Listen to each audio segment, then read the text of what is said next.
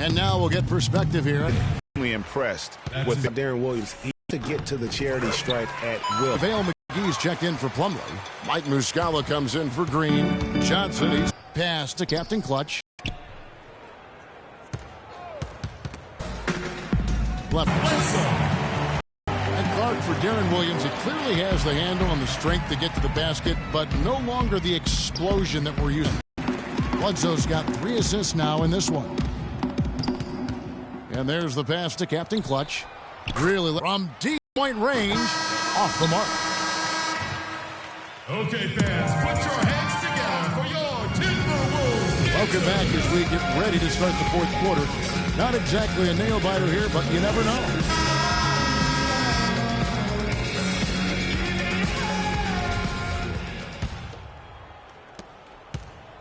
So it's Philadelphia now. So on the floor for Philadelphia, we've got Shake and Bake.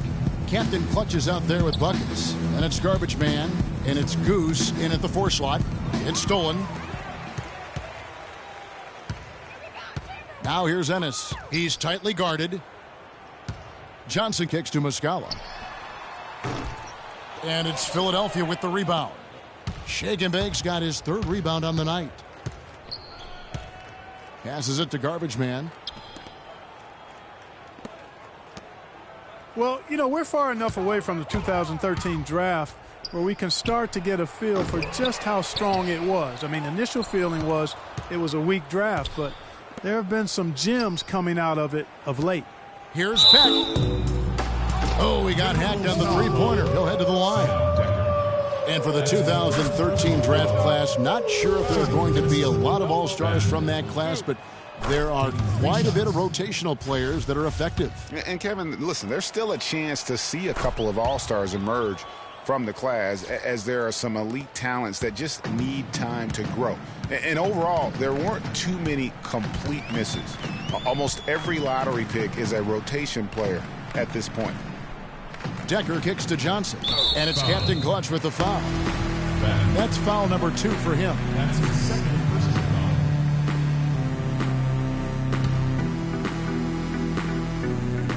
foul. A little over a minute of the fourth quarter gone right now. Here's Muscala, and it's Philadelphia with the rebound. Shake and Bake's got 4 rebounds in this game.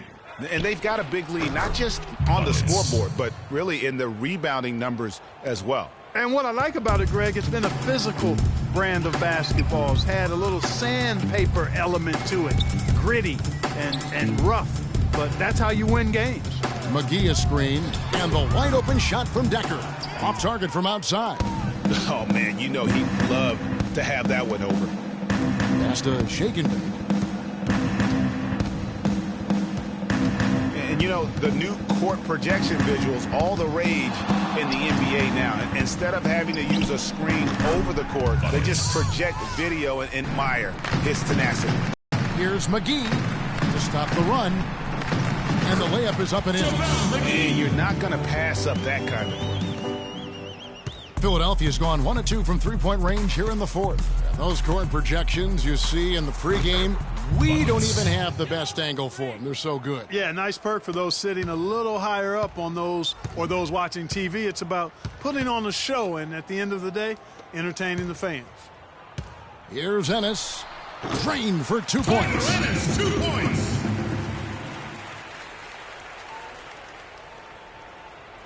For Philadelphia, they've gone 3 of 4 in field goal attempts since getting things started here in the fourth. Here's Beck. No good from outside. Got the defender off his feet with the pump fake, but couldn't knock it down. Ennis kicks to Muscala. Here's Decker. Another shot. The shot is off. And Philadelphia the other way now. Captain Clutch passes to Shake and Bake. Philadelphia moving the ball around. There's a screen. Over to the wing. Shot clock at 6. There's the pass to Buckets. Here's Beck. Sinks the 3-pointer. Captain Clutch has got 43 points. He's been one of their more reliable options today, guys. I mean, his shooting has led them to this lead. Feeds it to Muscala. To the inside. McGee. And he comes off the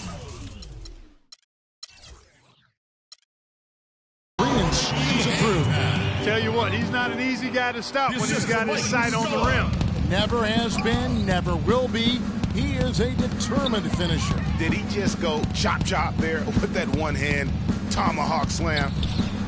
Another three for Philadelphia. All these open threes they're giving up have really been the driving force of this run. And the points are starting to add up in a hurry, especially when you're giving up those looks from deep. Ripped away. Here's the break. He lobs up the alley-oop pass. And he gets it to go.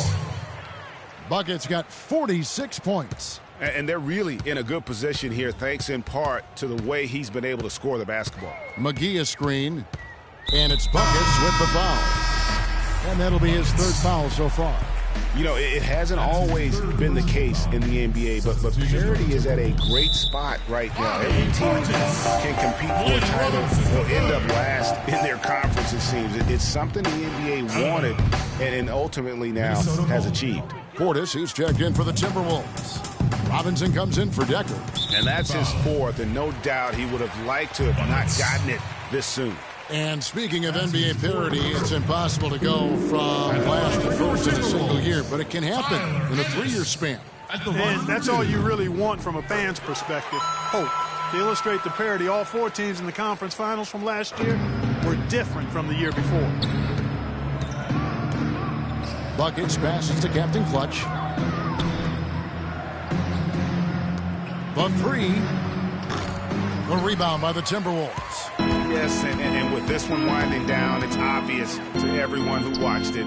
Just a total mismatch and a true show of strength for Philadelphia. But Steve, you know, you don't see this kind of a blowout often. But tonight, this is a quality win across the board to deliver out, Clark, this kind of punishment. Well, you know what? I thought they did a nice job of playing against the game. They kept the pressure on and clearly were dominant in every area. And so this will now translate to 14 wins on the season. And you have to look back at this and see the huge game it was for Buckets. There wasn't much they could do to slow him down as he was converting every good chance he got. And you can hear the disappointment in the crowd tonight. But we saw a team that was just ready to do battle in this arena.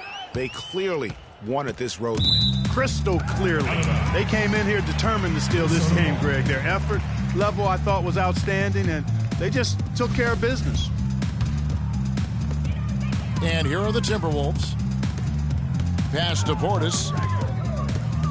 He dishes it to Ennis. It's deflected.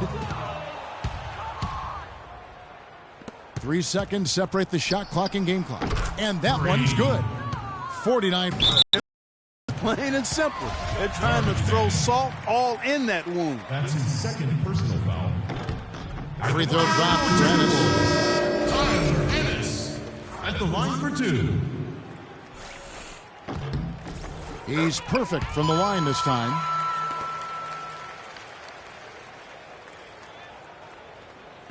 "12 seconds left in the game. Passes it to Captain Clutch. Rebounded by McGee. And Shake and Bake picks up the foul. So that will be his second foul of the game. We're in the bonus, and we'll go to the line to shoot 2. And that was the last thing they needed. Now the clock is stopped, and they put them on the line. Yeah, and I'm confident Coach was reminding everybody, don't foul at the start of that possession. Obviously, he didn't get the 2K Sports postgame show.